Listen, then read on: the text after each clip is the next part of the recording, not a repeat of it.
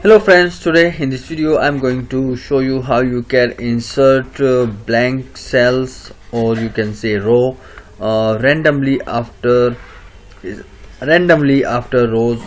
Like suppose if you want to enter a blank cell here, or one or two blank cell here, and like this you just want to enter few blank cells randomly after rows. And if you are looking for a solution for this problem, then this video can help you. I'm going to show a very easy trick that you can really use. What you have to do, you just need to use a small formula that is for RAND. You might be very much familiar with this already.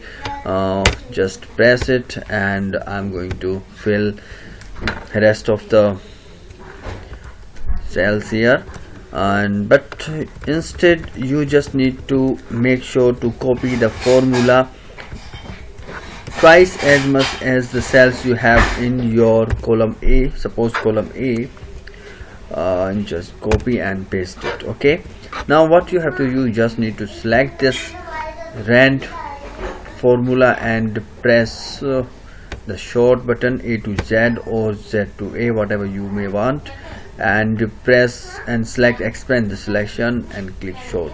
Now you can see this formula already filled in the column A with some random blank cells in between random rows, random cells. I hope